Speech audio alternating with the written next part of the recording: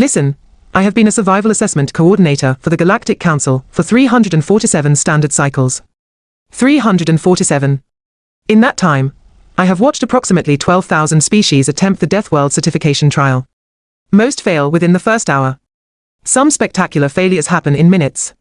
One unfortunate species from the Andromeda sector lasted exactly 47 seconds before their entire delegation got eaten by what they thought were decorative plants, but never, and I mean never in all my years of service, have I seen anything like what happened when the humans sent their representative. The human's name was Marcus Webb. Average height for his species, brown hair that seemed perpetually messy, and this absolutely infuriating smile that suggested he knew something you didn't.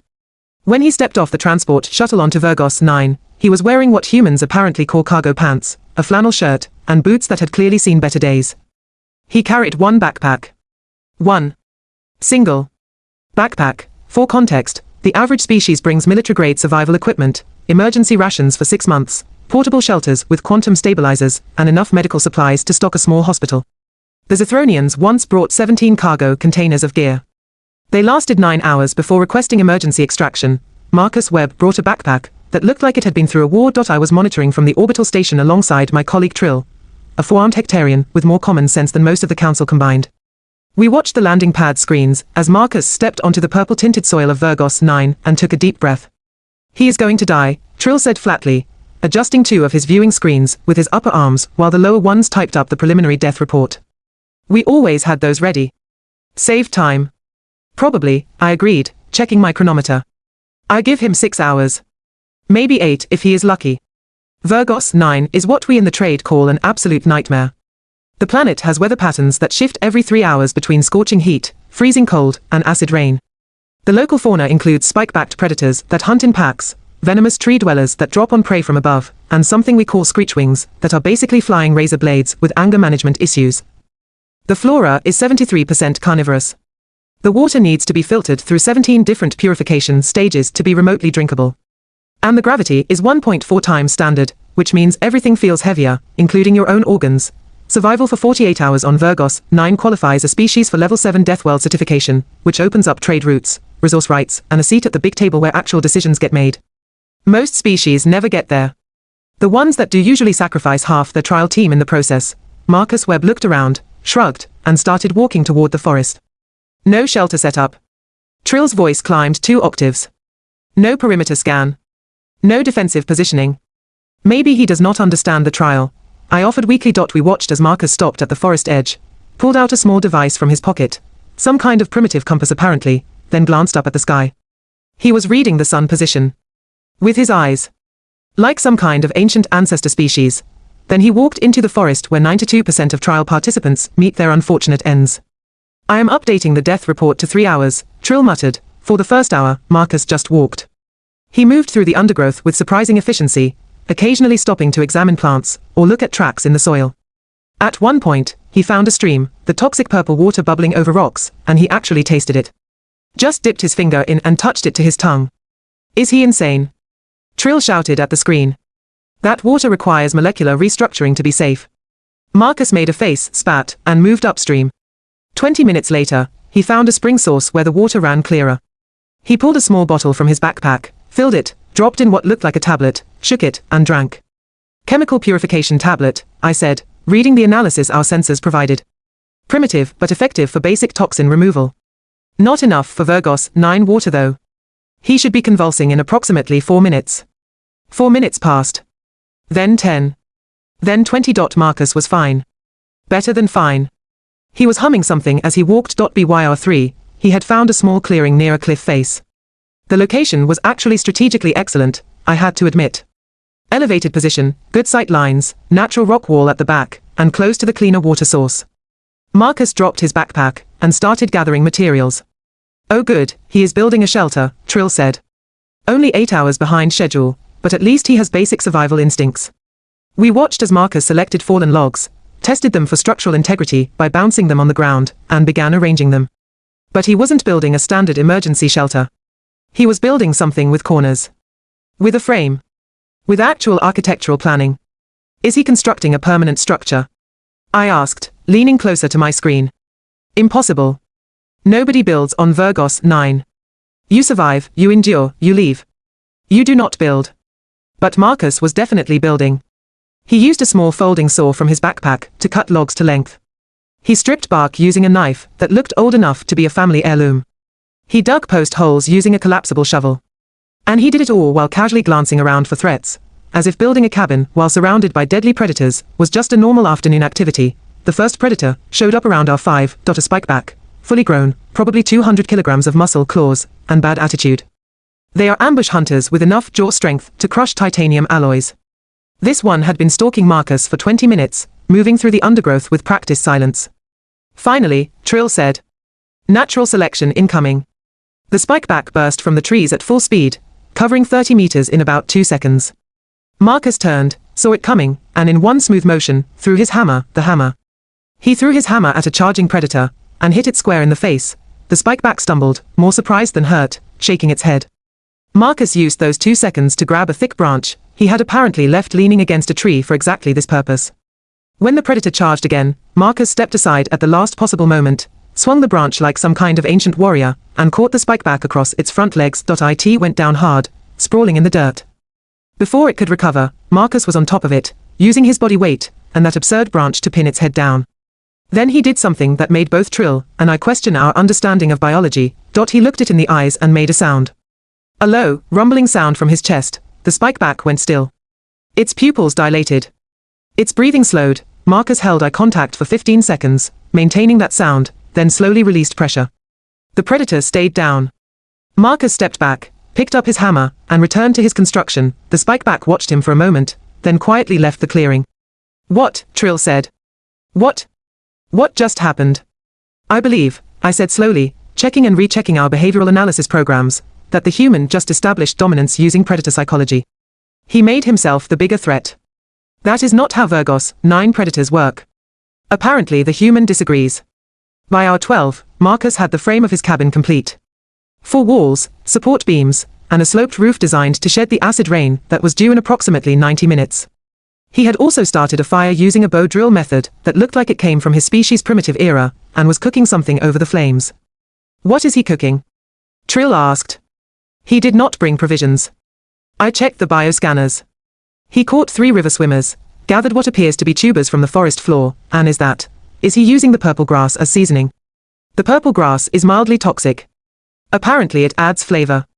Marcus ate his meal, drank more purified water, and then did something that will haunt my dreams for the rest of my life.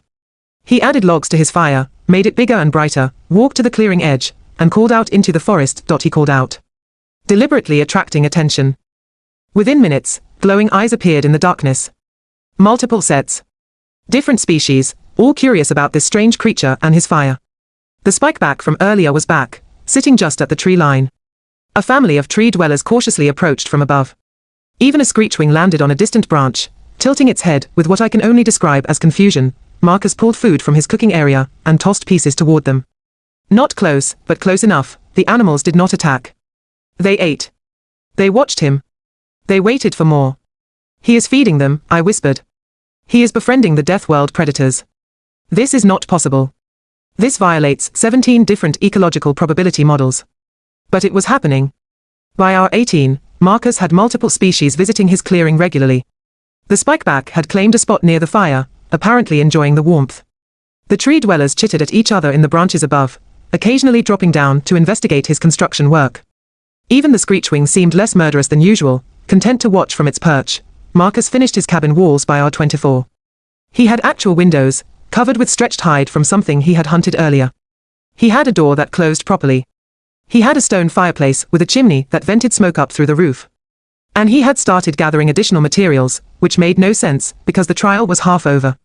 Why gather more than you need for 48 hours, unless you were planning to stay? By hour 30, Trill and I realized what Marcus was actually building. It was not just a cabin. The structure was too large, too open. He was adding tables inside, rough benches, and shelving along the walls. "Is that a bar?" Trill asked, his voice hollow with disbelief. "Is he building a drinking establishment on a Deathworld?" "I think he is building a tavern," I corrected. "What is the difference?" "A tavern serves food too." And that is exactly what Marcus Webb did. By hour 36, he had a functioning tavern in a clearing on Virgos 9. He had a sign over the door, carved from wood, that read in standard Galactic, "The Last Stop." He had seating for approximately 20 beings. He had a fire going in the hearth. He had food cooking, some kind of stew that actually smelled appealing even through our atmospheric sensors. And he had gathered local fruits that were technically edible if prepared correctly, which he had apparently figured out through trial and error without dying even once. His animal companions had grown in number. The Spike-Back now had a name. We heard Marcus call it Rex, and it sat by the door like some kind of guard creature. The tree dwellers played in the rafters.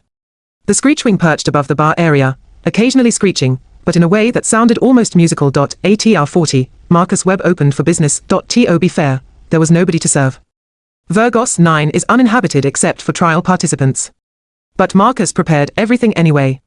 He organized his supplies, cleaned his tables, and even made what appeared to be a menu board listing available items and their prices in standard credits. Then he sat in his own tavern, poured himself something to drink from a flask he had been carrying, put his boots up on a chair, and smiled that insufferable smile at nothing in particular. Trill and I sat in silence, watching the screens. "We need to add this to the official report," I finally said. "Nobody will believe it." "I know. The council will think we are malfunctioning." "Probably. Species do not open taverns on Deathworlds. Humans apparently do." At our 42, something unexpected happened. A transport signal appeared on our sensors. Not the scheduled extraction that was due in 6 hours, but an unauthorized vessel entering the system. We immediately went to alert status. "Identify that ship," I ordered. "Reading transponder now," Trill said, his fingers flying across multiple screens. "It is Viridian. Smuggler-class vessel. They are not supposed to be in this sector. Hail them. Inform them this is a restricted trial zone." But before we could establish communication, the ship's trajectory became clear. They were heading for Virgos 9, specifically for Marcus's location. Our sensors showed weapons charging. "They are targeting the human," Trill said. "How do they even know he is there?" Then I understood. The beacon. His emergency beacon is still transmitting. They must think he is stranded, vulnerable. Easy prey for whatever they are after. Should we intervene? Council protocols were clear. Trial participants must survive on their own merits. Outside interference invalidates the certification. But allowing murder was also prohibited. I was calculating our options when Marcus looked up at the sky, almost as if he could sense the approaching ship. He stood slowly, walked to his door, and watched as the vessel descended through the atmosphere, landing thrusters scorching the forest at the clearing edge. The ship landed. The boarding ramp extended. And 4 figures emerged, all carrying weapons that were very definitely illegal in council space. Marcus Webb took a sip from his flask, set it down on his bar, and walked outside to greet his uninvited guests.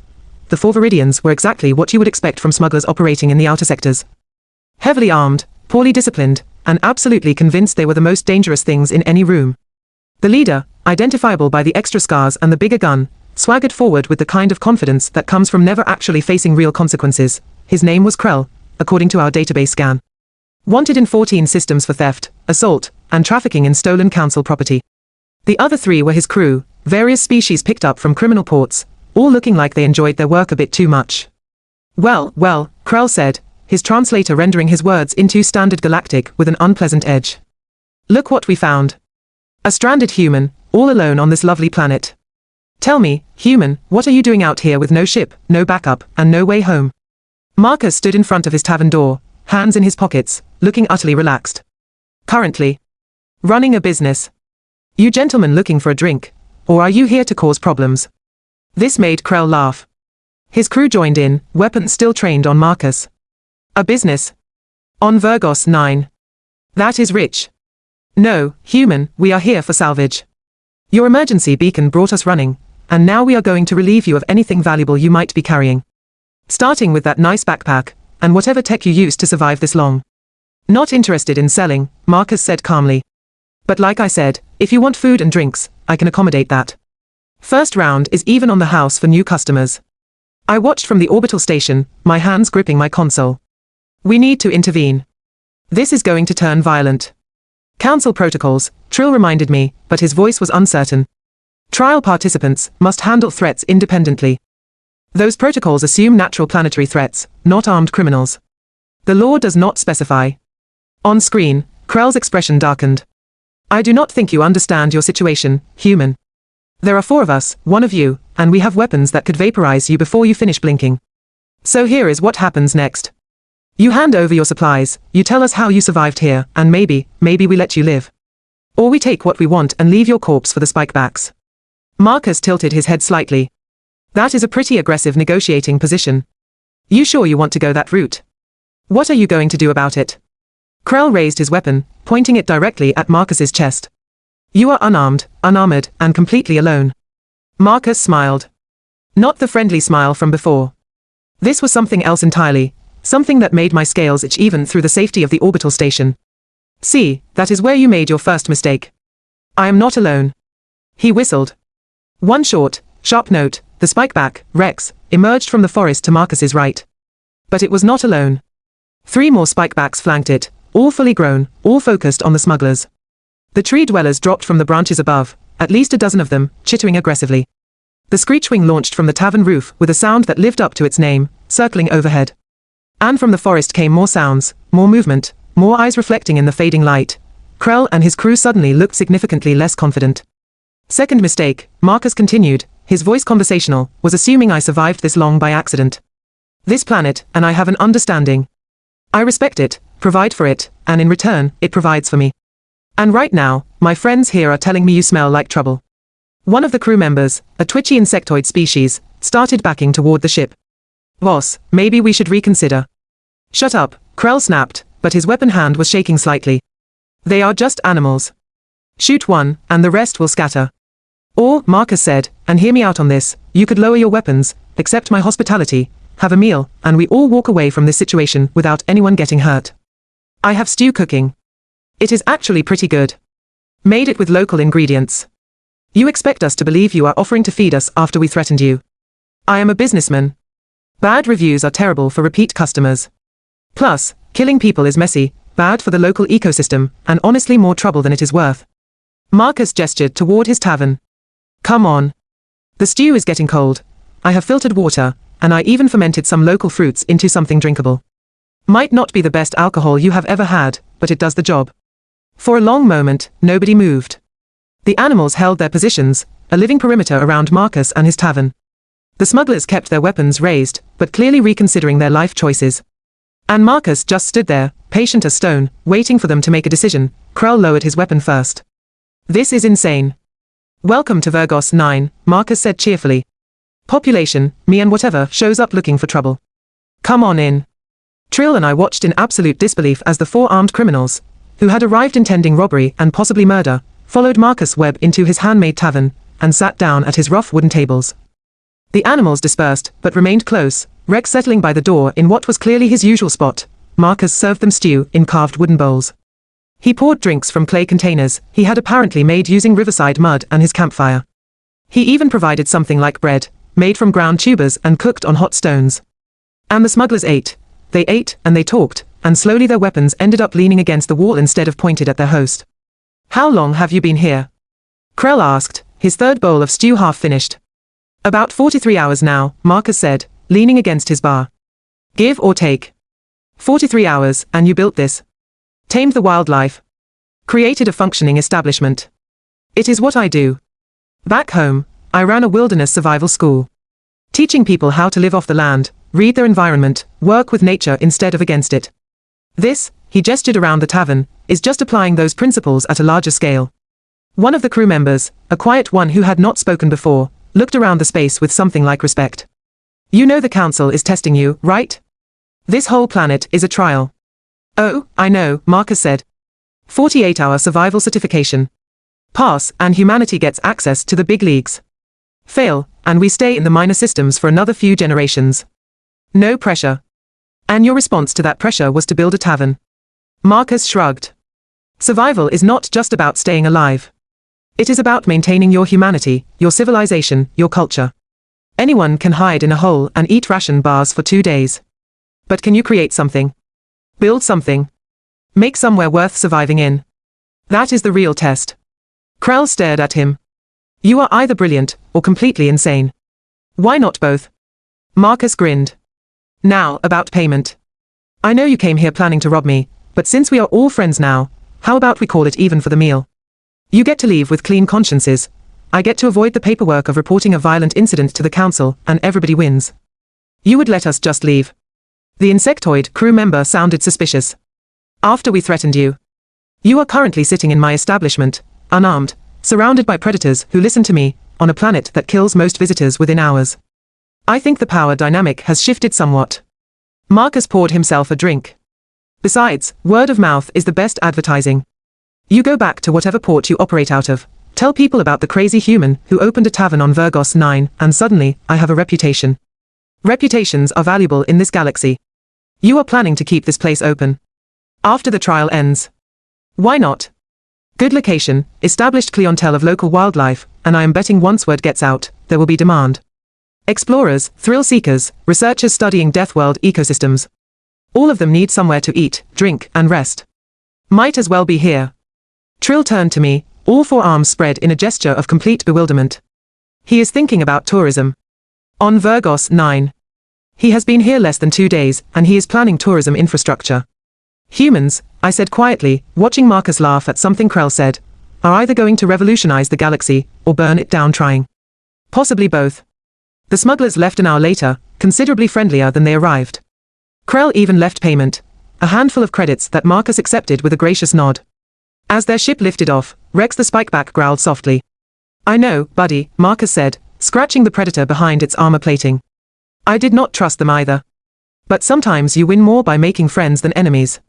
The final 6 hours of the trial passed quietly. Marcus continued improving his tavern, adding finishing touches, organizing supplies, and generally acting like someone who planned to stay indefinitely. The local wildlife came and went, comfortable now with his presence. The clearing had transformed from hostile wilderness into something almost resembling civilization. When the extraction timer hit 48 hours exactly, our official council transport descended to collect Marcus. I insisted on being part of the recovery team. After everything I had witnessed, I needed to meet this human in person. I stepped off the transport with my official documentation pad, prepared to conduct the standard post-trial interview. Marcus was waiting outside his tavern, backpack on, looking remarkably clean for someone who had spent 2 days in Deathworld conditions. Marcus Webb. I asked formally. That is me. I assume we passed. You more than passed. Your performance has been unprecedented. I struggled for words. In 347 cycles of administering this trial, I have never seen anything remotely similar to what you accomplished here. I just did what made sense. Marcus glanced back at his tavern. Hey, quick question. What happens to this place after I leave? The planet returns to its natural state. We do not maintain trial structures. Shame. I put a lot of work into it. He walked over to Rex, who had emerged from the forest. You take care of the place, okay? Keep the fire going if you can figure it out. I left instructions. The Spike-Back made a sound, almost mournful. I know. I will miss you too. But maybe I will come back. Set up something more permanent. Marcus straightened up and returned to me. So, what now? Humanity gets its certification. Pending council review, yes. You survived 48 hours on a Class 9 Deathworld, demonstrating not only survival capability, but adaptation, innovation, and tavern construction. I realized how absurd that sounded even as I said it. The council will want to interview you extensively. Looking forward to it. I have some suggestions about their trial parameters too. Real constructive feedback.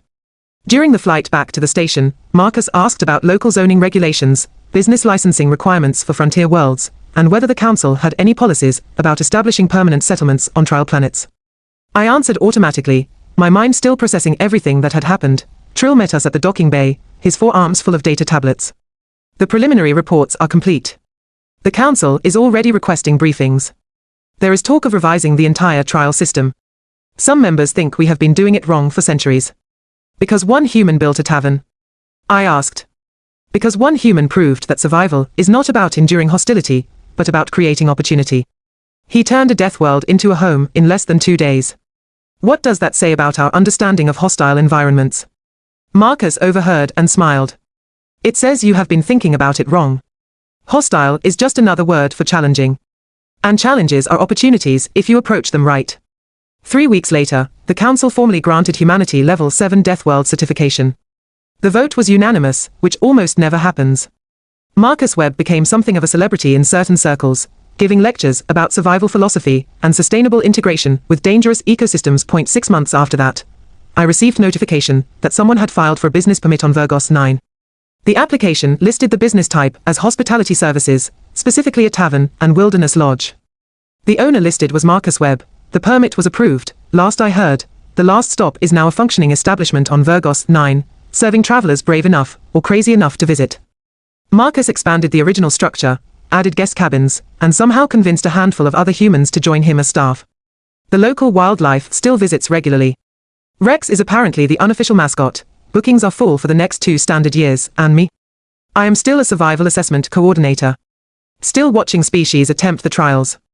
Still filing reports. But now, every time a new species complains about the difficulty, about the impossibility, about how no one could survive such conditions, I pull up the footage of Marcus Webb building a tavern on Vergos 9 in 48 hours. Then I tell them if they want to pass, they better start thinking like a human. Because humans do not just survive. They thrive. They build. They open taverns on Deathworlds and somehow make it work. And if that does not terrify you about humanity's place in this galaxy, then you have not been paying attention.